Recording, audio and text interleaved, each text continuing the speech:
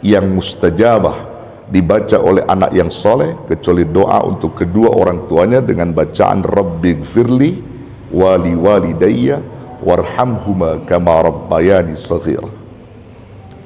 Nah, ini merupakan satu aset dan ini penting untuk kita miliki.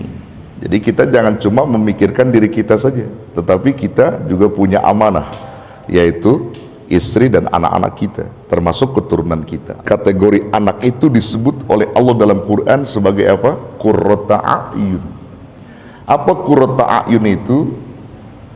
Anak yang dapat menyejukkan hati kedua orang tuanya, menyejukkan mata kedua orang tuanya kelak waktu di dunia maupun nanti di akhirat.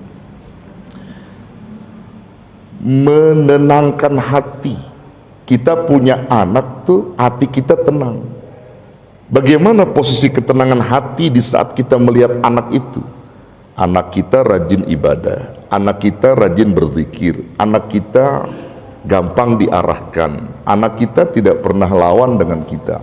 Kalau kita perintah dalam kebaikan, sami'na wa ata'na, dan tidak pernah membantah kita, itu aset. Dan itulah qurrata a'yun. Di dunia saja kita senang melihatnya, bahkan menenangkan pikiran kita, menenangkan hati kita.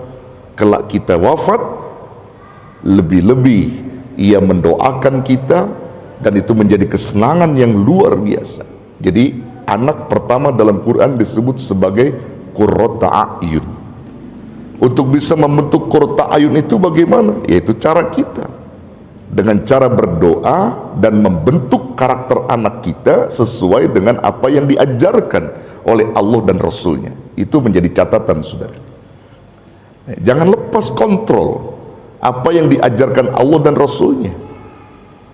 Sejak kecil Rasul sudah mendidik dan mengajarkan kepada anaknya dan juga cucunya, termasuk memberikan perintah kepada kita sebagai umatnya untuk mendidik atau mentarbiyatul aulad, mendidik anak-anak itu. Dari mulai umur 7 tahun sudah Rasul sampaikan, ajarkan anakmu sholat, perintahkan, masuk di dalamnya mendidik dia. Muru auladakum bis salah wahum abna'u sab'u sinin. Perintahkan anakmu, artinya didik anakmu untuk melakukan sholat itu ketika dia berumur 7 tahun. Wadribuhum alaiha, pukul dia.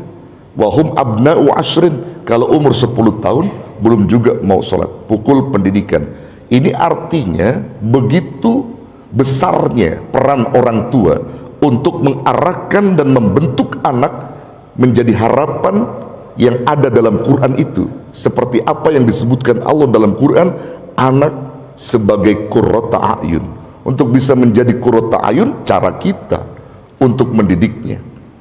Kalau boleh diartikan, qurrata a'yun itu nama lainnya waladun soleh, anak yang soleh. Qurrata a'yun itu anak yang soleh, yang gak pernah nyakitkan kita. Gak ada kata terlambat bagi kita untuk membentuk karakter anak yang menurut kita sekarang dia melawan misalnya. Gak ada kata terlambat. Sebelum kita dipanggil oleh Allah, selagi napas ini masih ada dalam dada kita, itu punya peran kita untuk membentuk mereka. Jadi nggak ada kata terlambat, saudara. Itu kan dari kecil susah. Kalau udah sekarang, jangan bilang susah. Susah kata nafsu antum.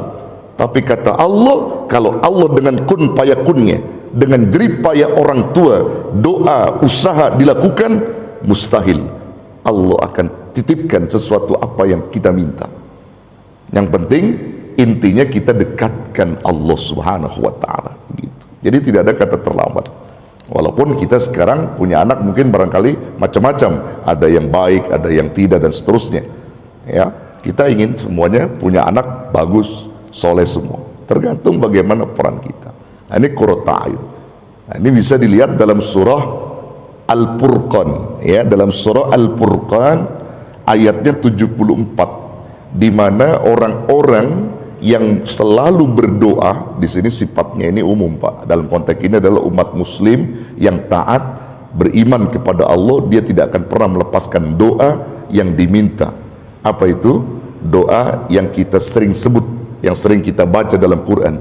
Walladzina yaquluna rabbana hablana min azwajina wa dzurriyyatina qurrata a'yun waj'alna lil muttaqina imama.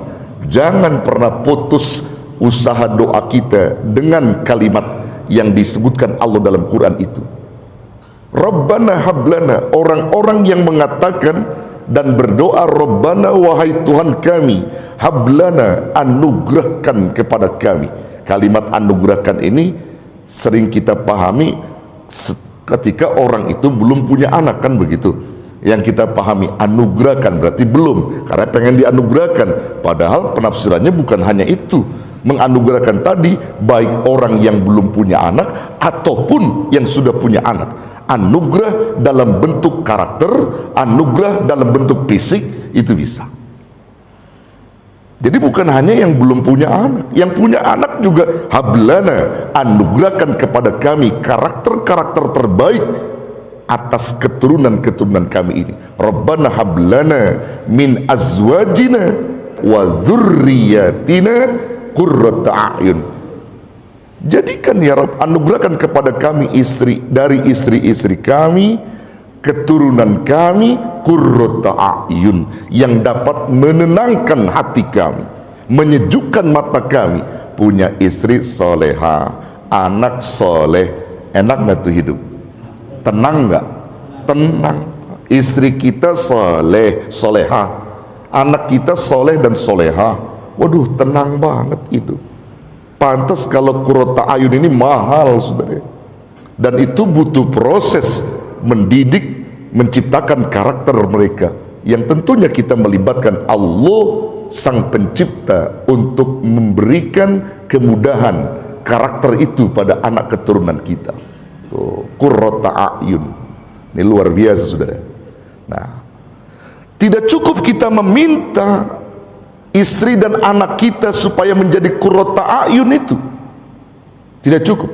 Tapi kita juga meminta kepada Allah supaya kita ini dijadikan Allah sebagai pemimpinnya orang-orang yang bertakwa. Waj'alna lil muttaqina imama, jadikan kami ya Rabb sebagai imam, sebagai pemimpin orang-orang yang takwa. Jangan sampai istri antum soleha, anak antum soleh dan soleha, tapi kamunya toleh. Nggak boleh.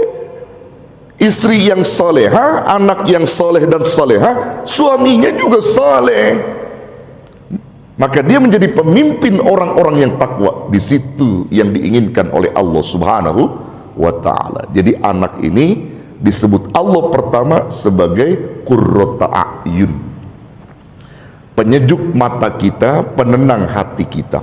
Tuh, saudara punya istri, judesnya bukan main. Punya anak ngerongrong mulu, kira-kira rumah tangga begitu rasa apa ya? Nuansa surga apa nuansa neraka gitu? Nuansa apa? Neraka.